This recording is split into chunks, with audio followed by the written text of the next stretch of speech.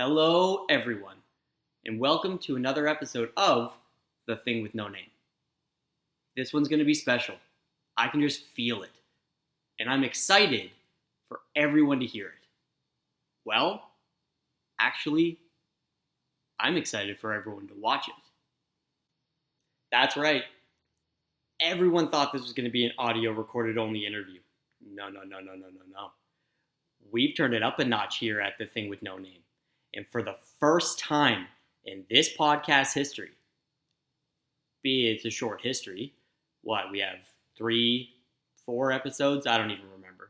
But anyway, for the first time in this podcast history, we're providing you, the Out of the Box owners, my fellow AFC and NFC League members, with a video recording of these interviews. And I guarantee that it'll entertain you.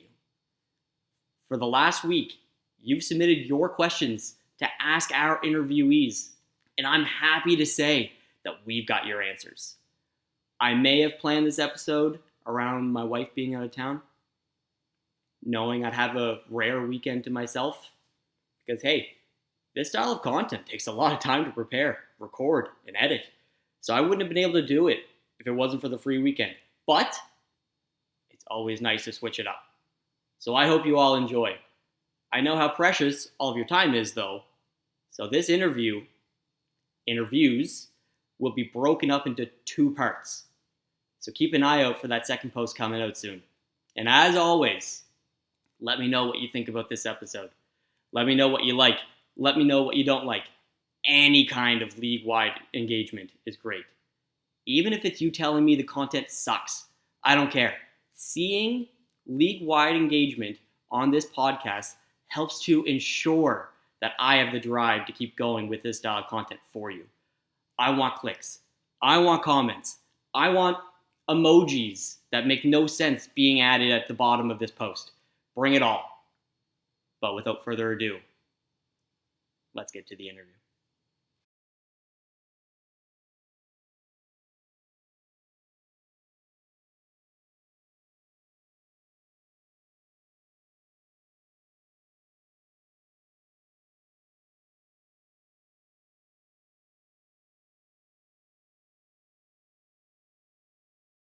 It's been teased for a while now, but here we go. We're switching things up and doing an interview-style podcast in video form for the first time. We don't want to get kicked off of YouTube, so we're going to try to limit the swearing. But given our guests, it might be hard to do. One in particular. I'm going to take a step back, let the guests entertain. I'm just going to be a host. We are still waiting on our second guest to arrive. He's currently about 45 minutes late, but I'll move forward and at least introduce you to the first guest. He was born and raised in the Science Lab. He's a former member of the old Out of the Box news show, with a minor change to his personal branding. But I welcome you to the one, the only, the nerd.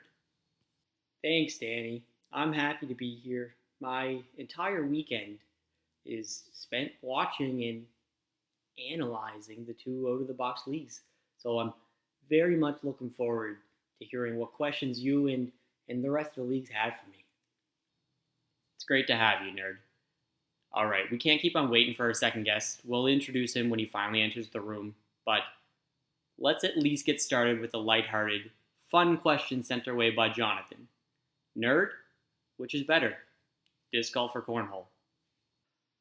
Well, as you know, I don't really go out much, so it's kind of hard to play disc golf in my basement.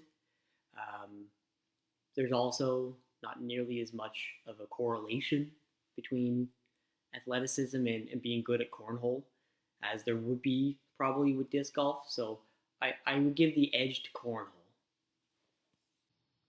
There you go, Jonathan. You got your answer. And that being said, our second guest has finally arrived. Better late than never, I guess. Well, he was born and raised in the igloos up north. He's also a former member of the old Out of the Box news show. I am pleased to welcome the always up front, the always colorful, the Canadian. Welcome, my friend. Let me tell you right fucking now. Don't be complaining about me being late. It's too damn cold up here for clocks to be working. But I'm so happy to be back. Ever since my show got taken away from me back in 2015, 2016, whenever that shit was. Half the league probably doesn't even know who I am because of all that time. I've been itching to talk some fantasy football with someone. So let's get right into it. Hit me up with your first out-of-the-box fantasy football question. Let's go! All right, we've already heard the nerd's answer to this, but Jonathan wants to know, which do you prefer, disc golf or cornhole?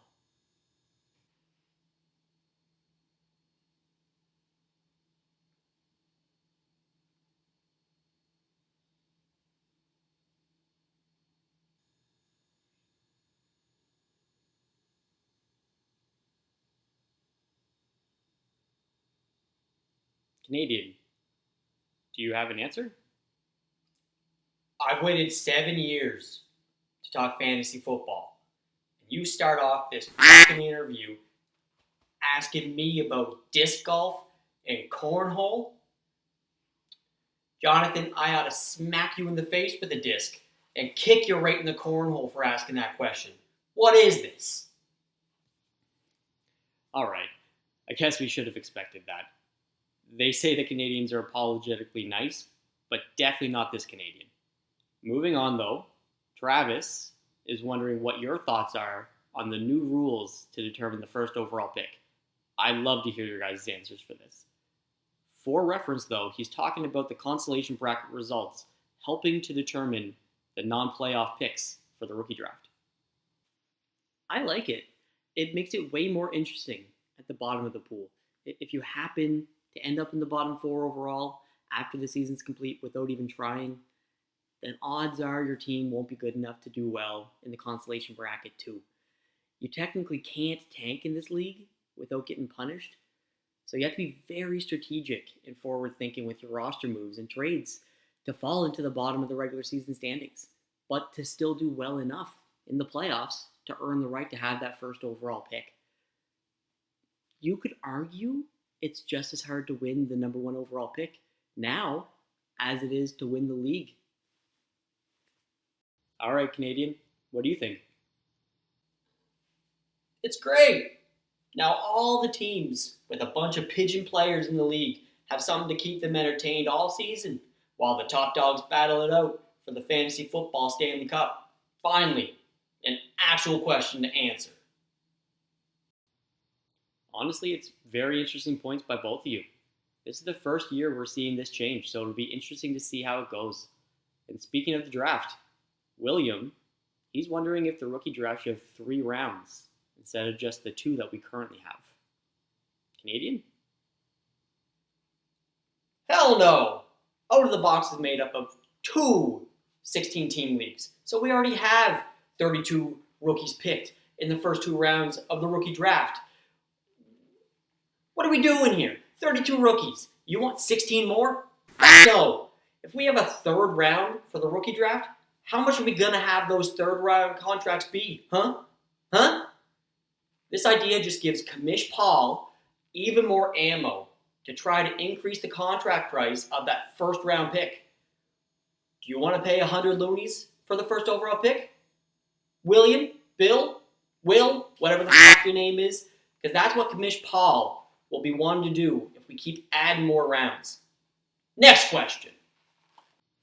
Well, we still need to hear from the nerd. Nerd? Well, I actually think it might be an interesting idea to add another round in the rookie. Shut up! Shut up! Shut up! Shut up! Guy, you're gonna break the league if you keep going.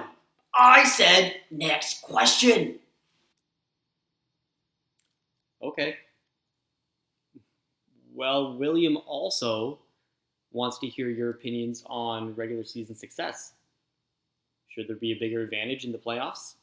He gave a couple of examples, like 1st round bye, 5-point bonus in the 1st round. I'd love to hear what you guys think.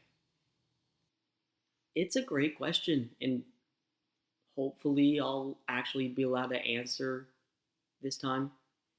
But honestly, yes, I do think that William has a good point. Single game eliminations, like what we have in the out of the box playoffs, are always going to be tough. All you need is one injury, one bad game by a starter, one player on the opposite team to go off for 40 points, etc., to torpedo a season in the playoffs. I think it'd be very interesting to have the first round of the playoffs be between the second to seventh ranked teams, with the first ranked team getting an automatic bye into the second round. One less team would make the playoffs each year, but it would be an exact replica of what the NFL does with their playoff format right now. No. This league is great because of its unpredictability. Let that number 1 seed quiver in their winter boots when the 8th seed has their QB go off for 40 points on Thursday Night Football. I'm all for the drama, boys. You already know that. Okay, let's veer away from some of the league questions because I have a couple of my own. We currently have 50% of all teams in the out-of-the-box leagues that'll make the playoffs. That's 16. 8 in each league. My question for you two would be this. Out of the teams that are currently not in a playoff position at this point of the season, who has the best chance to make the playoffs and which team will they replace? Just a reminder, as of this recording, there are only 3 division rivalry games left. 3 regular season games left before these playoffs begin. Chris's Panthers are killing it this year. Even though I think they're just barely above 500, I don't know. I don't have the exact record because instead of memorizing all the stats like the nerd over here does, I actually spend my days outside of my mom's basement. As for who I think the Panthers will replace, the easy answer is the Bucks. They play each other this week, and if Chris can pull out the win, he's probably the favorite out of those 2 division rivals to sneak into the playoffs. And Danny, if you get this podcast out in time, maybe I'll be right. Maybe we can all watch to see what happens. But we'll see what you can do.